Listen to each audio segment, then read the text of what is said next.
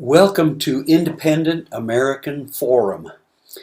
This channel is not affiliated with any political party, special interest group, or political action committee. My name is Steve. I am an independent, that is, unaffiliated voter, and I am not running for public office. I am making these videos because I love our constitutional republic, and I believe the United States Constitution is currently hanging, as it were, by a single thread.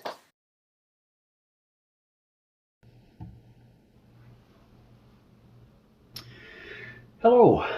In this video, I'm going to talk about the need for evidence and logical argument in order to hold an intelligent conversation. I want to take you back, first of all, to the year 399 BC. In 399 BC, there was a trial going on in a very important city. And there was a philosopher and teacher who was being tried. He was being tried for blasphemy and for corrupting the youth of that particular city-state. And he was in a trial. He was being prosecuted by a voluntary prosecutor by the name of Meletus. And he had said, the teacher had said,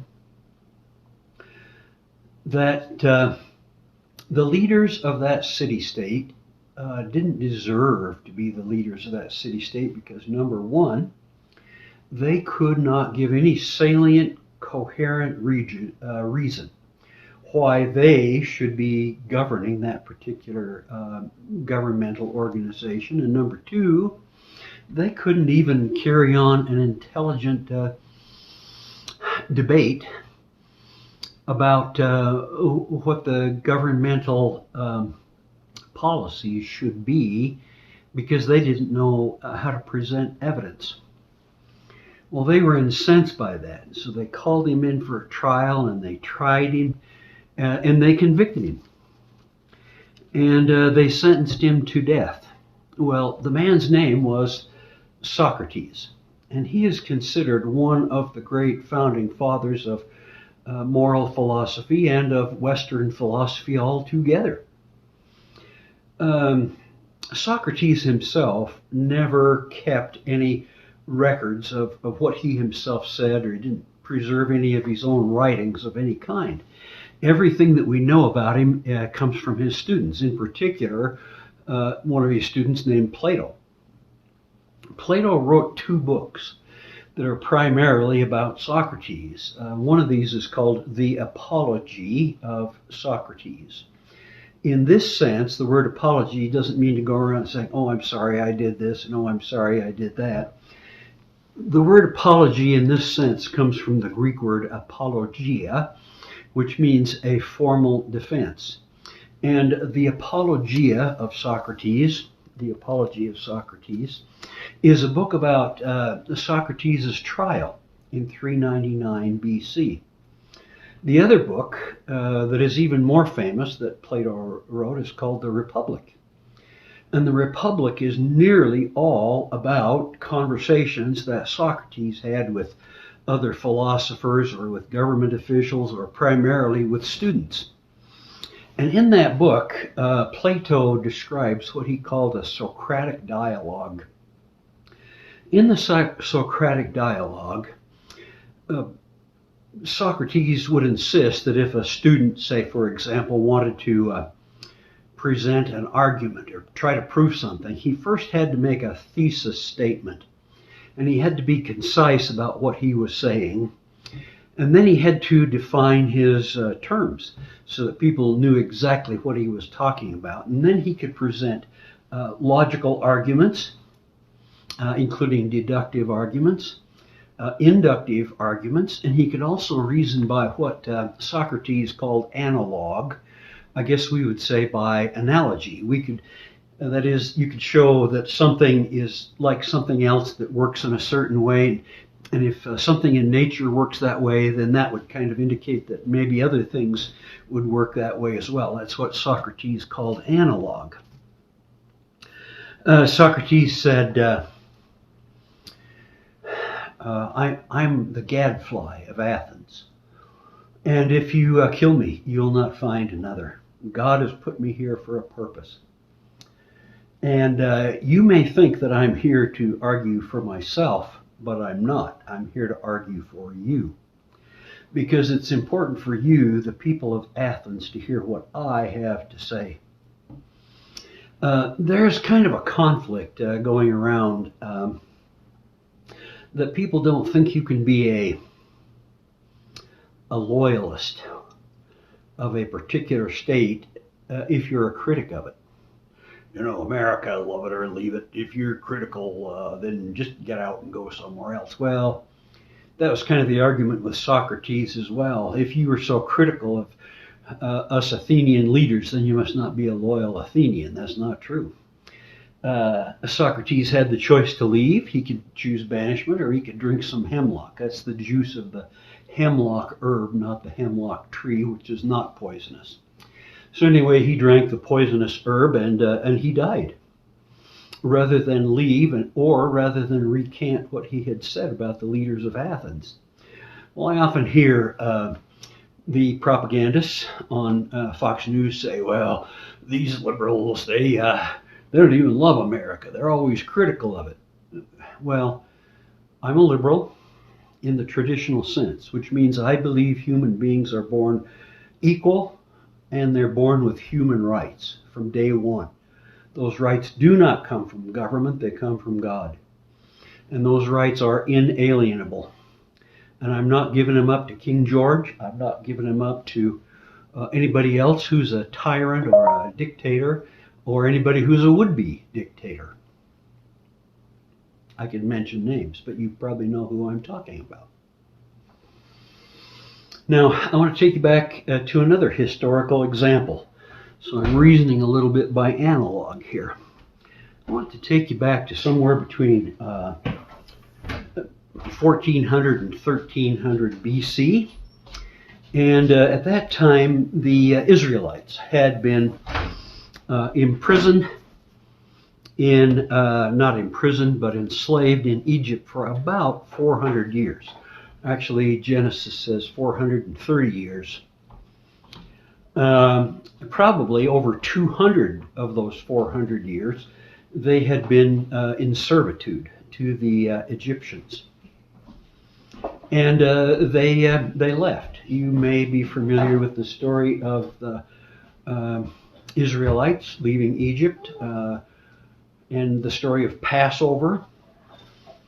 Well, the person who was leading them in Hebrew is called Moshe Rabbeinu. It means Moses, our teacher, Moshe Rabbeinu. And when he left Egypt, the Israelites wandered around in the wilderness for 40 years. Well, trying to govern a bunch of former slaves living out in the desert could not have been a very easy task. Moses sought the Lord's help on this, and he went up on Mount Sinai, and he came back with what we know as the Ten Commandments. But there is another part of that Mosaic law that I think is extremely important. Now, the Israelites throughout their history had been surrounded by a number of other people who were powerful. They were surrounded by the Assyrians, and in fact they were carried away by the Assyrians in 752 BC. The Chaldeans, who also were a Mesopotamian culture, the Ugarites, and the Hittites, who came from Turkey, the Anatolian Peninsula. The Philistines, who were a problem before they ever went to Egypt, and then after they got back from Egypt. You may remember the story about David and Goliath, who was a Philistine. The Babylonians also took the Israelites captive in 587, 586 BC. the Amalekites, the Midianites, the Canaanites, the Sea People, who later on became the Phoenicians. All of these people were technologically superior to the Israelites in one way or another way. Some of them had better swords, better metallurgy. Many swords were made with bronze and so forth, but the kings usually wanted swords made out of steel, and the only source of iron was from meteorites. There was no real iron mining going on before the Iron Age. They had some of them had better ships. A number of them, particularly the Egyptians and the Babylonians and the Assyrians, had better chariots. So they were better at warfare.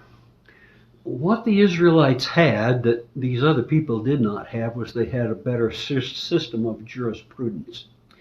And one thing that I'd like to emphasize about that system in the Mosaic Law, that is a more civilized way of looking at things, is part of the law that Moses gave. It's in the 17th chapter of Deuteronomy and in the 19th chapter of Deuteronomy. I'll read you what here it says from Deuteronomy 19, chapter 19, verse 15. One man shall not rise up against a man for any iniquity or for any sin that he sinneth. At the mouth of 2 or 3 witnesses shall the matter be established. That means that in order to establish anything important, like did a man, had he committed a crime, did he deserve to be killed by capital punishment, or some other important matter decided, you need 2 or 3 witnesses to establish something. This is mentioned numerous times in the New Testament. Jesus quoted it numerous times. The Apostle Paul quoted that law a number of times. One place where Jesus quoted that was in the Gospel of John, chapter 5, verse 31. Jesus is justifying to the Pharisees and the Sadducees, the Jewish leaders, why he was who he said he was. And one of the first things he said is, if I testify of myself, my testimony is not true. Well, that's the way it's contained in the King James Version. Other newer versions put something back in there that maybe was missing from King James, and that is, if I alone testify of myself, my testimony is not true. And the reason for that is because under the Mosaic Law, you needed 2 or 3 witnesses. Well, that's really important. There are a number of world religions that go back and date themselves back to Abraham and that date themselves back to Moses. Judaism,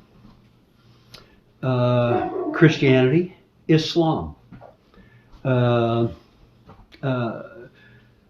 there are some other break-off religions also that date themselves back and have a connection with Abraham and Moses.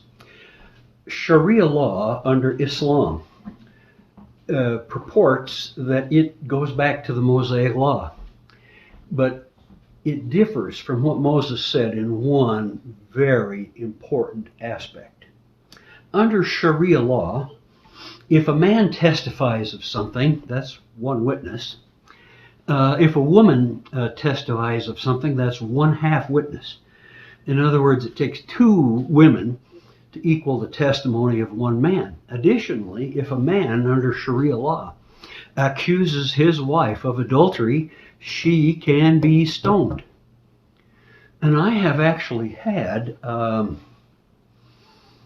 clients who came to me as a mental health counselor and were experiencing post-traumatic stress disorder because they had witnessed women in Afghanistan being stoned to death.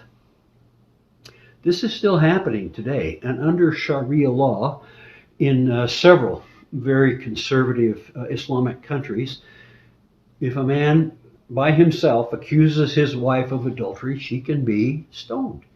Well, that's not according to what Moses said. He said, in the mouth of 2 or 3 witnesses, everything needs to be established. And this was widely recognized by Jewish people later on, including Jesus and the Apostle Paul. They referred to that law all the time. Well, now I'd like to take those 2 historical examples and reason a little bit by what Socrates would have called analog. That is, by analogy.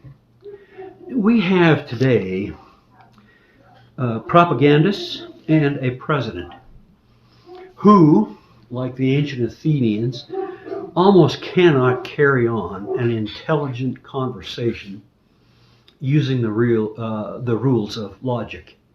They can't make a thesis statement, they cannot define their terms, and they cannot present logical arguments or evidence or analog evidence about what they're claiming. Consider, for example, the recent example about President Donald Trump talking about, the horrible thing that happened with Obama and Obamagate. He never even said what he thought Obama did. Well, that's not the way Socrates would have had it. And they can't come up with witnesses about what it is that they're claiming transpired. I've already given one video here about how the propagandists abuse the English language and change its meaning. One example of that I gave earlier was the word liberal. It's based on the Latin word liber, which means free. The people who were liberals believed traditionally, starting with the European Age of Enlightenment in about 1600, that human beings are born with natural human rights. They're God-given rights. They're not granted by a monarch. They're ours because God gave them to us. And among those are things like the right to worship as we choose, the right of free speech, the right to assemble, the right to petition the government for redress of our grievances, the right to vote, the right to be free from unreasonable search and seizure and detention. All of those rights are being violated by the current administration. If you value your constitutional rights, you will be involved in making sure that other people are awarded their constitutional rights as well.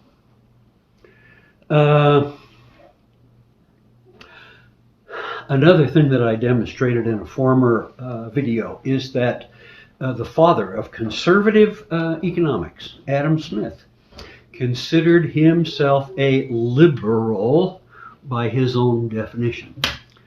Well, Rush Limbaugh and Sean and Laura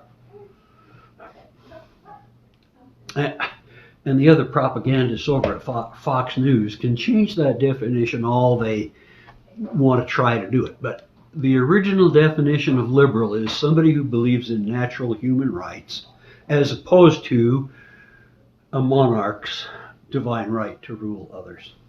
That was the original definition. By that definition, I'm certainly a liberal. Thank you. Thank you for calling me that. I appreciate it. But then, so is Adam Smith. I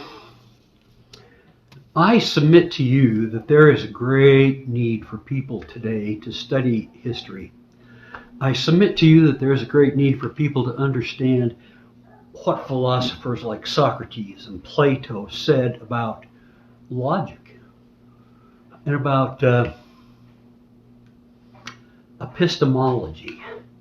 And I submit to you that there's a great need for people to understand what the scriptures have said and why the Israelites anciently were a civilized people as opposed to the Assyrians and the Chaldeans and the Ugarites and the Hittites and the Philistines and the Babylonians and the Amalekites and the Midianites.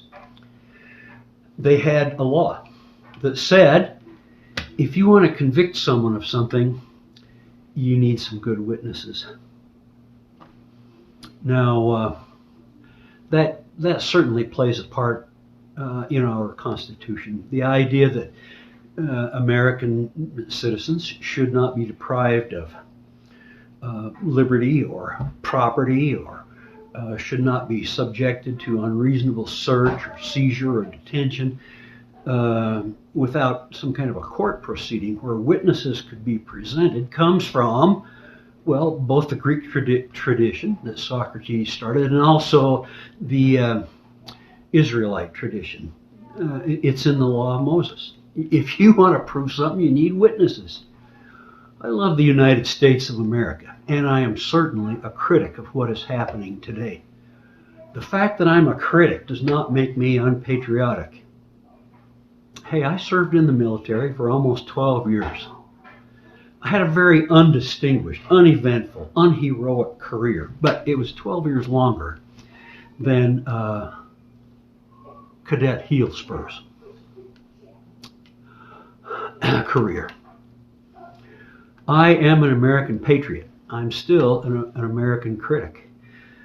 What this administration is doing ain't right. They are violating the rights of American citizens. They want you to believe all kinds of conspiracy theories and BS nonsense without providing a scrap of real evidence and without providing witnesses who can be called in and questioned. I want to preserve America. I want to preserve the real America, the America that's enshrined in our written Constitution. I don't want anybody telling me we need to return America. We need to make America great again and get back to the America that was dominated by Confederates and racists.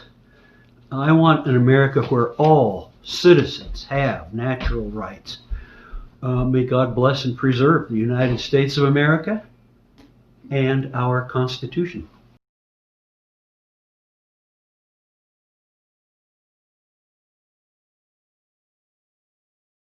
You are invited to join this cause, the cause of saving our democratic republic and the United States Constitution. You can send your comments and suggestions to independentsteve1776@gmail.com. Independent Steve 1776 is all written as one word. You can also send me a link to a video you have made and let me know if you are interested in airing it on this channel. All videos on this channel must be well thought out and well documented. No propaganda or undocumented conspiracy theories. Thank you.